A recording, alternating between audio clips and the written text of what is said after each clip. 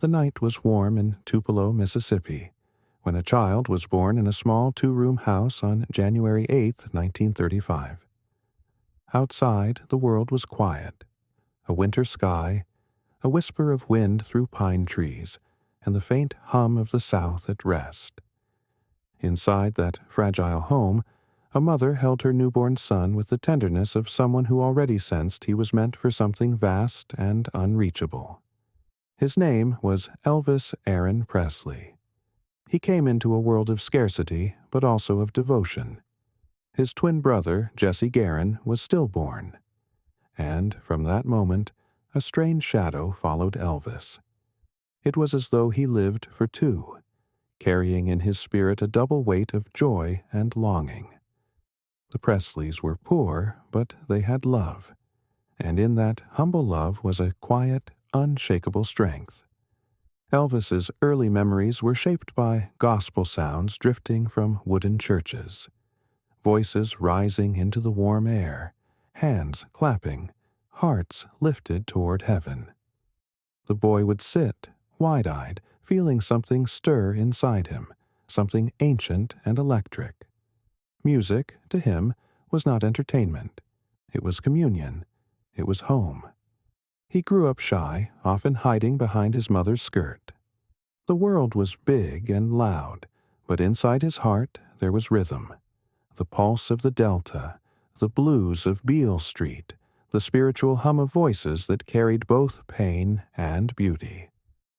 At night, he would strum a cheap guitar, the strings buzzing, his voice trembling but sincere.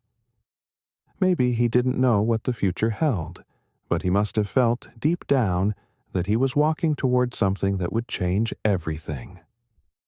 By the time his family moved to Memphis, Elvis was a teenager with slick hair, soulful eyes, and an innocence that glowed. He wandered through record shops, listening to rhythm and blues, to country, to gospel, all the sounds that colored his youth. The world around him was segregated, divided by lines that the music didn't recognize. In music, everything mingled. And Elvis was listening, learning, absorbing, blending. Then came Sun Records. It was 1953 when he first stepped into that small Memphis studio. He wanted to make a record, just a simple gift for his mother. Sam Phillips, the owner, didn't think much of the young man at first. But when Elvis began to sing, something different happened. It wasn't just his voice, though it had that strange mix of purity and rebellion. It was the feeling behind it, the yearning, the ache. The first song that changed everything was "That's All Right." It was a hot July night, and something spontaneous sparked, a rhythm, a laugh, a looseness that made the air feel electric. Phillips knew instantly. This was new. It wasn't black music or white music. It was both and neither. It was something alive. When "That's All Right" hit the radio, it spread like fire. Listeners didn't know who the singer was. Some thought he was black, some thought he was white. And that mystery only deepened the fascination. Elvis's voice became a kind of symbol, a sound that crossed barriers America hadn't yet dared to cross. The 1950s belonged to him. His hips swayed, his lip curled, and the world gasped. On stage, he was both shy and fearless, trembling and unstoppable. Cameras tried to capture him, but he was too alive, too unpredictable. To parents, he was danger. To teenagers, he was liberation. The world had never seen anything like him, this Southern boy with a haunted gaze and a rhythm that made even silence pulse. But behind the flashbulbs and screaming crowds, Elvis remained that same boy from Tupelo, polite, uncertain, deeply tied to his mother. Fame came like a storm, sudden and disorienting. He bought her a house, cars, anything he could, trying to fill her world with comfort. He once said his mother was the only person he ever truly belonged to. And when he looked at her, It was as though all the noise faded, leaving only that simple truth. He must have wondered if fame was a blessing or a curse. Everywhere he went, people reached for him, his hair, his clothes, his hands. They didn't want Elvis the man. They wanted Elvis the dream, the king of rock and roll. But even kings have quiet moments, when the crown feels too heavy, when the lights become blinding. As his career exploded, Hollywood called. Films became another stage, another mirror. They were light-hearted, musical, filled with romance and humor. And yet, behind his eyes, there was something searching. In between takes, he'd strum his guitar softly, humming the gospel songs that had once filled the wooden churches of Mississippi. He missed that purity, that simplicity. Then came the Army. In 1958, the world's biggest star put on a uniform and became just another soldier. It was both surreal and humbling, a reminder that fame, for all its glitter, doesn't exempt anyone from duty. His mother's health declined during that time, and when she passed away, something in Elvis broke quietly. He was never quite the same again. He served his time respectfully, dutifully, far from the bright stages, and when he returned, America welcomed him like a long-lost son. But the world had changed, and so had he. When Elvis came home from the Army, he stepped off the plane to a world waiting with open arms. Cameras flashed, reporters swarmed, and yet behind his polite smile there was a softness, a distance, like someone who'd seen the world from a new angle and found it less certain than before. His mother was gone, and though he carried on, something sacred in him felt quieter. He was 25, adored beyond measure, but inside he was a boy still trying to find the voice that once came so easily. Hollywood welcomed him back with promises of glamour and comfort. He made movies, some good, many forgettable, but each was another mask, another role to hide behind. The studios loved his box office magic. Audiences loved the handsome hero who sang on beaches and in uniforms. But when the lights went down, Elvis sat in silence, sometimes staring at nothing, as though he longed to step off the screen and back into something real. In the evenings, he'd drive through the quiet streets of Memphis, headlights cutting through mist, gospel music humming low on the radio. Fame had given him everything, and taken much in return. He must have wondered, more than once, if he could ever be free of it. Still, when he sang, something genuine always broke through. Songs like Can't Help Falling in Love, Are You Lonesome Tonight? They carried tenderness, that ache of someone who knew what it was to yearn for connection. His voice was velvet and prayer all at once. By the mid-1960s, though, the world had changed again. The Beatles, the Stones, Bob Dylan, music had evolved, loud and wild, filled with new ideas and rebellion. Elvis, trapped in the routines of Hollywood musicals, seemed almost lost in time. Critics called him outdated, but deep within he still had that spark, that fire that had once lit up the South. And then, in 1968, came the moment of rebirth. NBC had planned a Christmas television special, light, family-friendly, predictable. But Elvis, after years of scripted smiles, wanted more. He wanted to feel alive again. The black leather suit, the intimate stage, the raw sound of a band that breathed with him. It all came together in what would later be called the '68 Comeback Special. When he walked onto that stage, he wasn't the Hollywood star. He wasn't the polite soldier. He was the man from Memphis again, sweat on his brow, laughter in his throat, and music running through his veins like lightning. The crowd was close enough to touch him, and you could see it in his eyes, a joy, a release, a kind of homecoming. He sang, "If I Can Dream," and the world fell silent.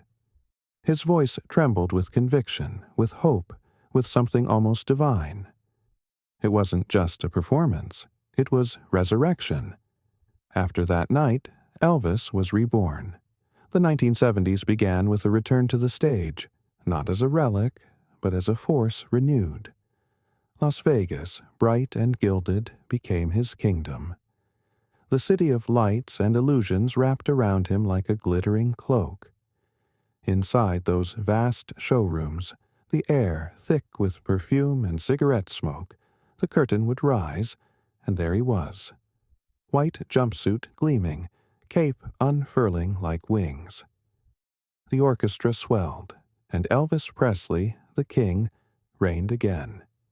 His voice filled the room, deeper now, more powerful, threaded with experience and longing. When he sang Suspicious Minds or The Wonder of You, people wept. He didn't just sing the songs, he lived them.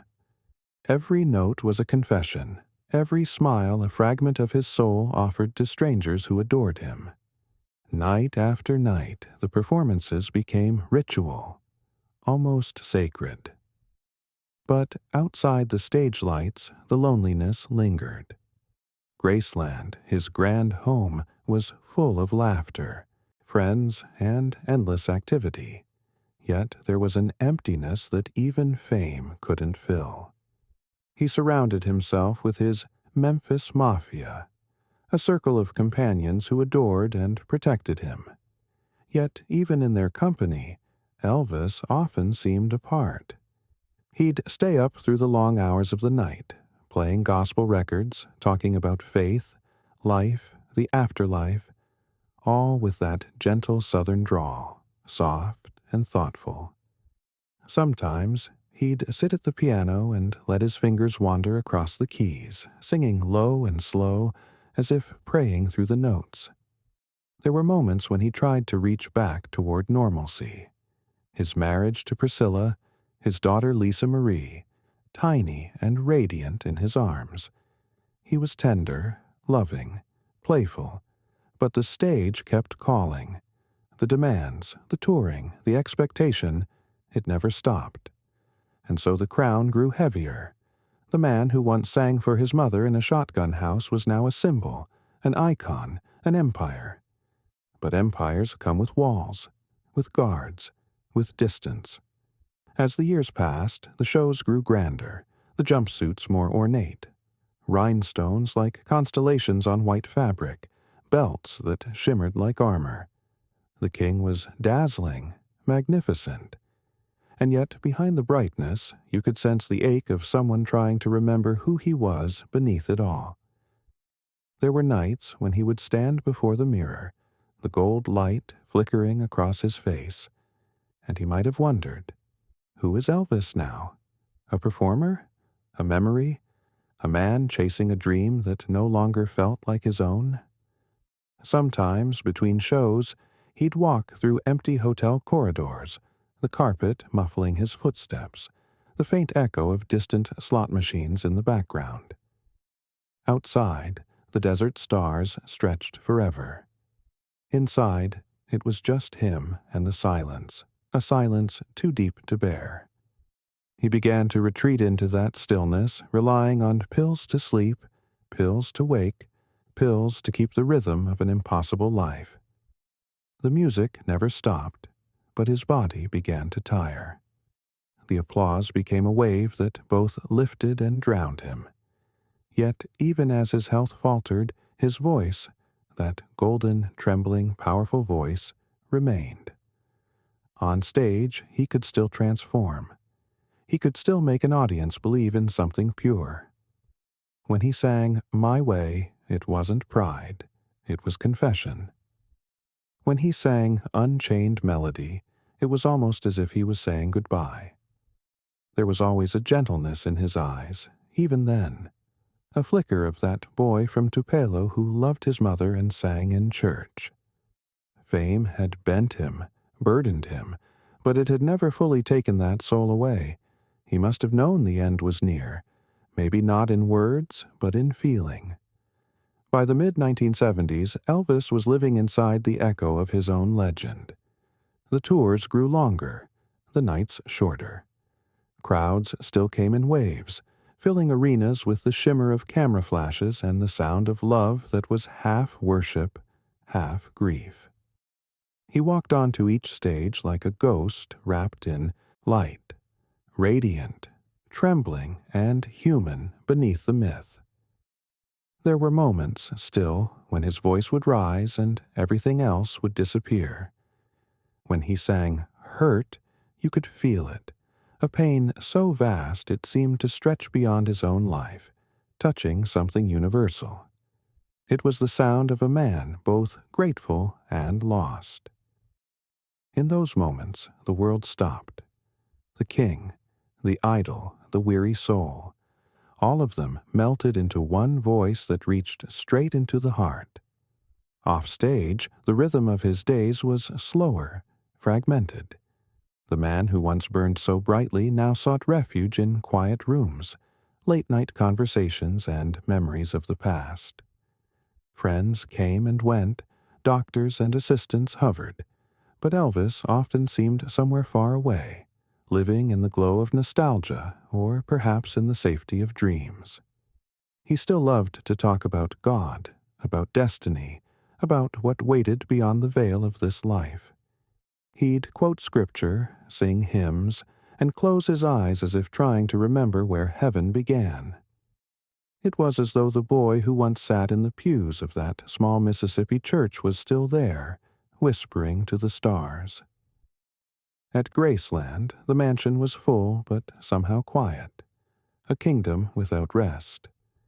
Lisa Marie's laughter brought moments of light. She adored him, and he adored her back, a tenderness that no fame could tarnish. When she was with him, the weight lifted for a little while. He could laugh again, smile fully, forget that the world outside his gates still demanded pieces of him he no longer had to give. But time is unkind to kings who never get to set down their crowns. His health began to fail. The world saw only glimpses, the swelling face, the heavy walk, the faint slur in his speech. But behind closed doors, it was harder. He struggled with exhaustion, with the cruel machinery of a life that refused to slow. The schedule pressed on, the stage lights waited. Sometimes he'd sit alone in the early hours, the house asleep, a book of spiritual writings open on his lap. He was searching, always searching, for peace, for meaning, for a way home. And maybe, in those moments of stillness, he understood that his story had always been a kind of prayer, one sung in the language of the soul. August 16th, 1977. The day began quietly, like any other summer morning in Memphis. The air was heavy with heat, the sky pale and endless. Inside Graceland, the curtains were drawn. Somewhere upstairs, the king rested, far from the world that had once cheered his every step. And then the silence fell for good. When the news broke, it rippled through the world like the tolling of a great bell. Radios stopped mid-song. People wept openly in diners, at gas stations, on sidewalks. Even those who had never loved his music felt it, a strange, collective ache, as if the world itself had lost a piece of its heartbeat. Elvis was gone. But somehow he was everywhere. The man who had begun in poverty, who had sung his way out of the dust, who had carried the contradictions of an entire nation in his music. He had become something eternal. Graceland turned into a pilgrimage, a sacred ground of memory. Fans came from across oceans to leave flowers, candles, handwritten letters. Each year more came. Each year his presence seemed to hum through the air like the low vibration of a gospel choir that never ends. In time, the frenzy softened. The laughter of impersonators, the glitter of nostalgia, the endless documentaries, They all tried to capture him. But what truly endured was simpler, a feeling, a warmth, the sound of a man singing not from perfection, but from yearning. Elvis Presley was never just rock and roll. He was a reflection of everything human, joy and sorrow, pride and regret, the longing to be seen, and the fear of being seen too much. He stood at the center of the stage, surrounded by light, and yet always seemed to be looking into the distance, toward something unseen. Maybe he never escaped his crown because it wasn't something that could be removed. It was woven into him, the gift and the burden, the song and the silence. He must have known that even if he could take it off, the world would not let him. And so, in the end, he became both man and myth, inseparable. The king who wanted to be free, the boy who just wanted to sing. If you close your eyes now, you can still hear him. That soft drawl, that trembling tenderness, that voice that feels like a memory of love itself. It drifts through time, through radios and open windows, through the hush of late-night highways. Love me tender. The words float like feathers. Gentle, eternal. The world went on, of course, as it always does, but something in it had changed. The night after his passing, millions tuned their radios to the same quiet stations, the ones that played Can't Help Falling in Love, and Always on My Mind, and Peace in the Valley. It felt like the whole planet was whispering the same lullaby, a gentle goodbye to the man who had once set it trembling. Graceland became his resting place, but also his heartbeat, that soft, endless pulse that never truly stopped. People walked the pathways lined with white stones, carrying flowers, candles, and photographs. Some came weeping, others smiling, and many simply silent, as if words could not reach the kind of feeling he left behind. There was peace there, among the magnolias and the echo of distant songbirds. Even now, if you visit at dawn, the air feels heavy with memory, like a hymn just beginning. Time, as it does, softened the edges. The man became legend. The legend became symbol. But for those who listen closely, the real Elvis, the tender one, the searching one, still breathes between the notes. In the decades that followed, generations who never saw him live still fell under his spell. Children of the 80s, the 90s, the new millennium, they discovered the voice, the gaze, the way he could make even the simplest song feel like a confession. He became not just a figure of music, but of myth, a bridge between worlds, between black and white, sacred and profane, flesh and spirit. He did not invent rock and roll, but he embodied its soul, that restless yearning to break free, to express the inexpressible. He was the vessel through which it poured, unfiltered, unstoppable. And, though he was often misunderstood, the sincerity of his art remains untarnished. Because at his core, Elvis never sang to impress. He sang to connect, to remind the world that love, even fragile, fleeting love, could still make us whole. If you listen now to one of his gospel records, perhaps How Great Thou Art, you can hear the boy from Tupelo again. His voice rises like prayer, trembling with humility. It is not the sound of a star, but of a man reaching toward something eternal. That is where the real Elvis lives, not in the glitter or the headlines, but in that trembling reach. Sometimes, when old film reels play, and you see him laughing, unguarded, the half-smile, the quick glance toward the band, it feels almost like he's still here. And maybe he is.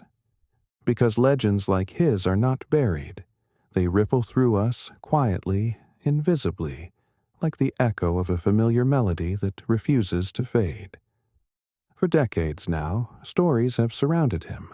Sightings, myths, the idea that he never really died. Perhaps in some way that's true, because the king never truly belonged to time. He existed in a dream between past and present, between Tupelo and Vegas, gospel and glitter, prayer and performance. And in dreams, no one ever really leaves. He would have been in his 90s now. One can imagine him sitting on a porch in the twilight, a soft southern breeze stirring the trees, the air full of summer sounds. He'd be quiet, maybe humming to himself, a dog at his feet, the world finally far enough away to let him breathe. In that imagined peace, he's no longer a king, just a man, just Elvis. And maybe that's the truest version of him. The one who could smile without the weight of expectation, who could sing without needing to conquer the world. The one who could rest. His music still plays everywhere, in diners, in movies, in the hum of car radios on empty highways. Each song carries a kind of warmth, a light that lingers. When people hear him, they don't just remember him. They remember themselves, where they were, who they loved, who they used to be. That's the secret of his magic. He doesn't just sing to us, he sings from us. And so, all these years later, Elvis remains not just a figure of history, but of feeling. A part of our shared dream. There's something timeless in that, in how his story continues to breathe in the quiet corners of our hearts. It reminds us that beauty, no matter how brief, can echo forever. That, even those who burn too bright leave behind a glow that never fades. If you close your eyes now, you might picture him standing once more on a softly lit stage. The crowd fades away. The lights dim. It's just him, the guitar, the mic, the hush before the first note. He takes a breath, and in that breath the world pauses, waiting. Then he sings, and everything, the noise, the distance, the ache, dissolves into sound. It's not the roar of youth anymore, nor the ache of fame. It's something purer, like the final heartbeat of a song that never truly ends. When the last chord fades, he looks up, smiles faintly, and whispers into the air. Thank you. Thank you very much. The lights go out. The curtain falls. But somewhere, far beyond the hush, the melody continues. Because legends don't end. They simply drift into the quiet, becoming part of the night itself. Soft, eternal, and alive in every dream that dares to remember them. And if you listen closely, beneath the hum of the world, you can still hear it. That voice, that warmth, that heartbeat. The king who couldn't escape his crown, and who perhaps never truly wanted to. His song lingers somewhere between heaven and home. There is a hush that falls at the end of every song, a silence that feels almost sacred, as if the air itself is holding its breath. That's where Elvis lives now, in that hush between notes, where memory and melody become one. When you think of him, it's not just the sound that returns, it's the feeling, the warmth of a summer night, the low hum of a record player in a darkened room, the faint scent of vinyl and dust, mingling with the sweetness of nostalgia. Somewhere, far away, his voice begins again. Faint at first, like a dream stirring from sleep. Love me tender. It's the song that never ends, the lullaby that wraps around decades and generations. For those who grew up with him, his music is a timeline of youth. The first dances, the long car rides, the radio glowing softly in the dark. For those who came later, it's a doorway to another world, one where sincerity still mattered, and songs could still heal. And perhaps that's why his story still feels alive. Because Elvis wasn't just about fame or fortune, he was about longing. that simple, universal ache to be known, to be loved, to matter. And when he sang, it was as if he took all that yearning, his own and ours, and turned it into sound. He was, in many ways, a mirror. Through him, the world saw its hopes, its contradictions, its hunger for beauty. And though he carried that weight until it broke him, he also turned it into grace. Every performance, every note, every trembling moment, it was his offering. If you picture him now, you might see him standing under soft light, not on a stage, not before a crowd, but somewhere gentler. Maybe a quiet southern porch, the night air thick with the scent of magnolia, crickets singing their slow, steady rhythm. He's older, peaceful. No flashbulbs, no shouts, no pressure. Just a man with a guitar, humming to the stars. He strums a few chords, lets them fade. He looks up at the moon, and maybe, just maybe, he smiles, because the world that once demanded so much has finally fallen silent. And in that silence, he's free. Free from the weight of expectation. Free from the endless echo of his own legend. Free to just be. It's strange, isn't it, how the story of one man can hold so much of the human heart. How his rise, his triumphs, his sorrows, and his songs could somehow belong to all of us.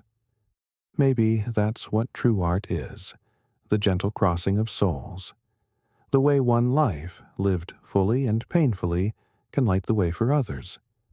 Because even now, all these years later, his music still does that. It comforts. It softens. It reminds us that love and loss are woven from the same thread, and that beauty, real beauty, always comes with a touch of sadness. And maybe that's what makes Elvis eternal. Not the fame, not the crown, but the feeling. The way his voice could tremble on a note just long enough to make you close your eyes. The way he could whisper a lyric as if it were meant only for you. The way, even in his loneliness, he made the world feel less alone. Tonight, as you lie here listening, the rhythm of your breath becomes its own quiet music. The world outside slows. The lights fade. And somewhere, in that half place between waking and dreaming, the story of Elvis Presley continues, not as tragedy, but as lullaby. You might imagine him walking through the halls of Graceland one last time. Slowly, tenderly, his fingers brushing the piano keys, the sound barely more than a sigh. He passes through rooms filled with echoes of laughter, of songs long finished, of love that never truly left.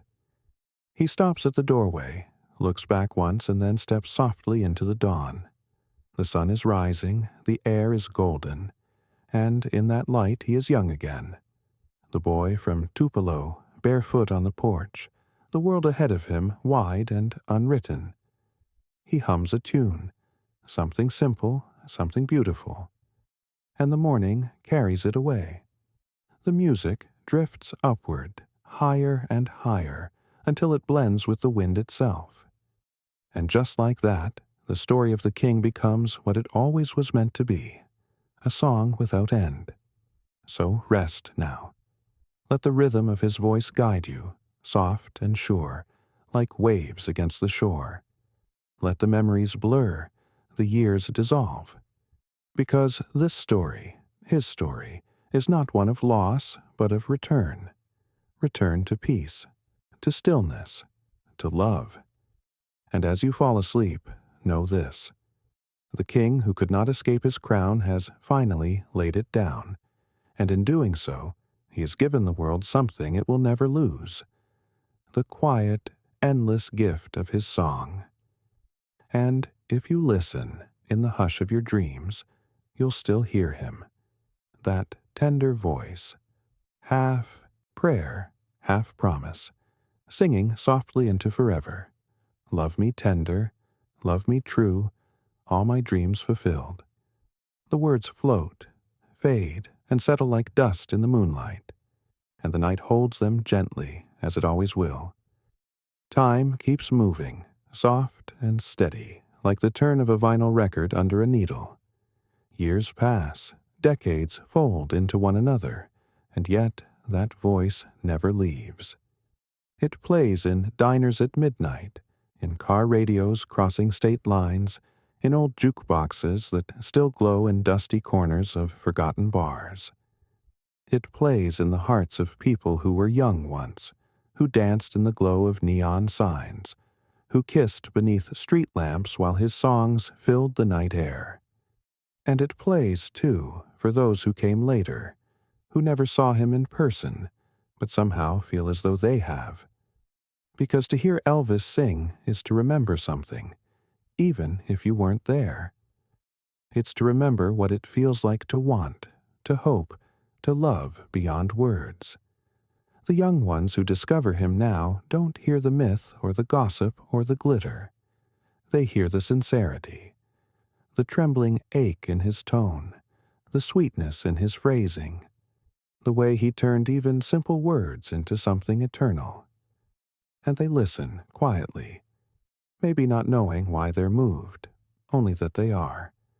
Because some truths don't age, some voices don't die. In the grand story of music, Elvis is more than a chapter. He's the silence between chapters, the breath that connects what came before and what comes after. He bridged the old world and the new, the sacred and the sinful, the human and the divine. And though the crown became heavy, the song, his song, remained light. His influence lingers not just in sound, but in feeling, in the way performers step onto a stage and reach for something larger than themselves, in the way a generation learned that emotion could be power, that vulnerability could be rebellion. In every artist who closes their eyes mid-song and forgets where they are, lost in the music, a little piece of Elvis is there. The boy from Tupelo dreamed of singing for the world, and he did. But the world in return sang him back, echoing his voice across time, reshaping his pain into reverence, his loneliness into legend. There's something beautiful about that exchange. The way one man's longing becomes the world's comfort. The way one human life can ripple through history like sound through water. If you were to stand tonight outside Graceland, long after visiting ours, you'd feel it. The warm night air, the hum of cicadas, the faint scent of honeysuckle. And if you close your eyes, you might hear the whisper of a piano, soft and distant, as though someone were still playing inside. A single chord, then another. Not for a crowd, but for the quiet, for the night itself.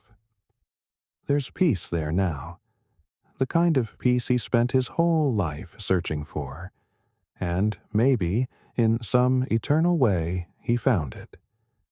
Because peace isn't the absence of sound. It's the moment when every note finally settles into harmony. And that's what his story has become, a harmony stretched across time. The king who couldn't escape his crown finally set it down not in defeat, but in surrender. Not the surrender of loss, but the surrender of release. The way a singer lets go of the last note, trusting it to find its way through the air. We are left with that note. Still trembling, still warm, still glowing softly in the dark. Elvis once said, "Truth is like the sun. You can shut it out for a time, but it ain't going away." And maybe that's what he was. Not the sun itself, but the light it leaves behind when you close your eyes. The warmth that lingers even after the day is done. So if you find yourself awake in the quiet hours, when the world feels far away and the night stretches wide, put on one of his songs. Let it spin slowly, the way the stars spin overhead. Listen to the way he breathes between lines, the slight break in his voice, the tenderness that never fades. And feel it, the connection, the comfort, the infinite smallness and vastness of being alive. In that moment, he's there with you, not as an idol or a ghost, but as something simpler, a fellow traveler, a soul that burned brightly, stumbled often, but never stopped reaching for grace. The story of Elvis Presley is not a tragedy. It's a song, one that begins in a humble house in Tupelo, rises through joy and chaos, and ends not with silence, but with continuation. Because his song has become part of ours. It's in the hum of morning radios, the strum of guitars, the laughter of strangers remembering where they were the first time they heard him sing. And so the story doesn't end. It only fades softly into the distance.